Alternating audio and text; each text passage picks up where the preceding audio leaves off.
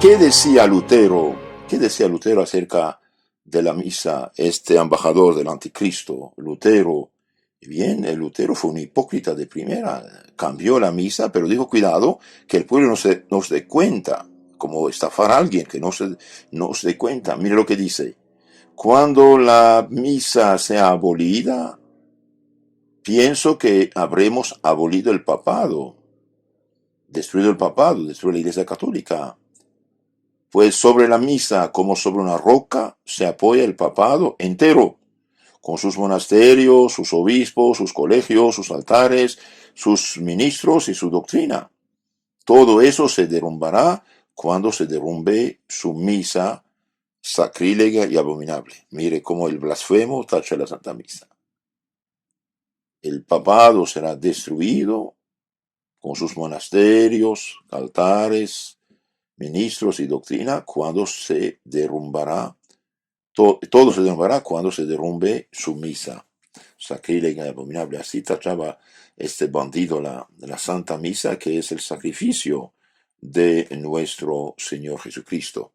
No, la misa no es una cena, no es un banquete, no es una comida, no es una reunión de amigos. La misa es el sacrificio de la cruz hecho presente sobre el altar, la misma eficacia en nuestro provecho, ni más ni menos. La misa es el sacrificio de la cruz. San Alfonso María de Ligorio dice, la misa es de lo más bello y mejor que hay en la iglesia. También el demonio ha buscado siempre, por medio de los herejes, falsos cristianos, privar al mundo de la misa, convirtiéndoles en precursores del anticristo. Entonces, los que han falsificado la misa, en palabras de San Alfonso María de Ligorio, doctor de la Iglesia, son precursores del anticristo. Del mismo modo previene don Guéranger, se escribe, don Guéranger, que escribió una monumental explicación precisamente de la misa, de la liturgia, el año litúrgico, dice, si el sacrificio de la misa se apagara, no tardaríamos en caer en el estado de depravación en el que se hallaban los pueblos manchados por el paganismo, y tal será la obra del anticristo. Entonces, si se destruye la misa, bien, dice, vamos a caer en la depravación, igual y más grande depravación, en la cual se encontramos los pueblos paganos. Que hermanos, todo lo que hoy pasa en el mundo, el aborto, el homosexualismo, el divorcio, la pornografía, la unión libre, y todo esto es fruto de pérdida de la fe. Si se apagara el sacrificio de la misa, no tardaríamos en caer en el estado de depravación en el que se hallaban los pueblos manchados por el paganismo. Y tal será la obra del anticristo. Utilizará todos los medios para impedir la celebración de la Santa Misa a fin de que este gran contrapeso sea abatido y que Dios ponga fin entonces a toda cosa, no existiendo ya razón por su existencia. Eso es gravísimo. Esto lo sacamos del libro Explicación de la Santa Misa del padre Don Prosper Guéranger, un especial de la misa precisamente. El Daniel profeta también anuncia sobre el anticristo. Le entregaron el ejército, en lugar del sacrificio instauró la iniquidad. Entonces, queridos hermanos, nuestro Señor nos rescató, nos salvó mediante la Santa Misa, su sacrificio más bien, y este sacrificio, esta sangre derramada en satisfacción por nuestros pecados, reconciliarnos con Dios, bien, se llama misa. Lutero y los anglicanos fueron hipócritas de primera. Mire lo que dice Lutero. Después de haber falsificado, cambiado la misa, ¿no? Dice, el sacerdote bien puede arreglárselas de tal manera que el hombre del pueblo ignore siempre el cambio operado y pueda asistir a misa sin hallar de qué escandalizarse, pero una misa falsificada. la de Lutero, que no es misa, de hecho, porque ya ellos no tienen sacerdocio, perdieron el sacerdocio. Después de Lutero, cuando Lutero y sus compañeros apóstatas, malos sacerdotes, murieron, bien ellos mismos supuestamente impusieron mano a disque pastores, no vale nada. Si no es un obispo, bien, no vale nada lo que hace un pastor. Por eso los pobres protestantes, que yo quiero como seres humanos, pero están en el error y rechazo su error. Los pobres protestantes no tienen. Cristo dijo, el que no come mi cuerpo, no bebe mi sangre, no tiene la vida eterna.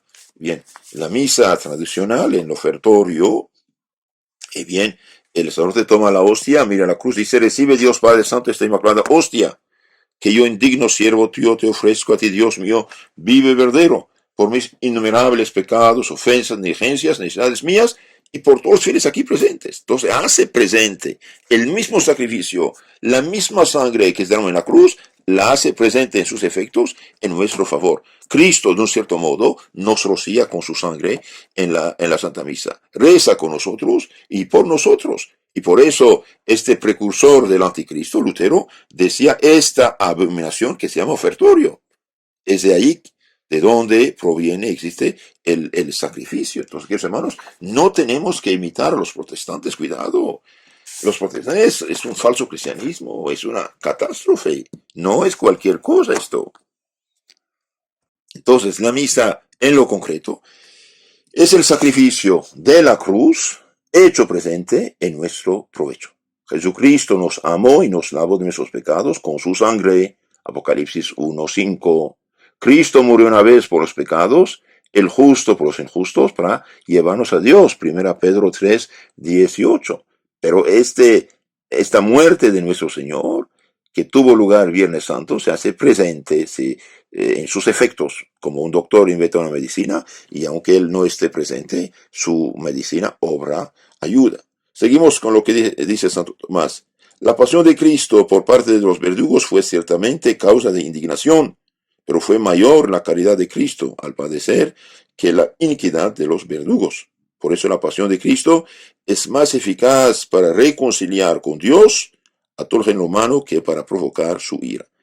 Cristo amó tanto a los hombres y a Dios que dio su vida por nosotros. Por eso su muerte, su sangre nos reconcilia con Dios.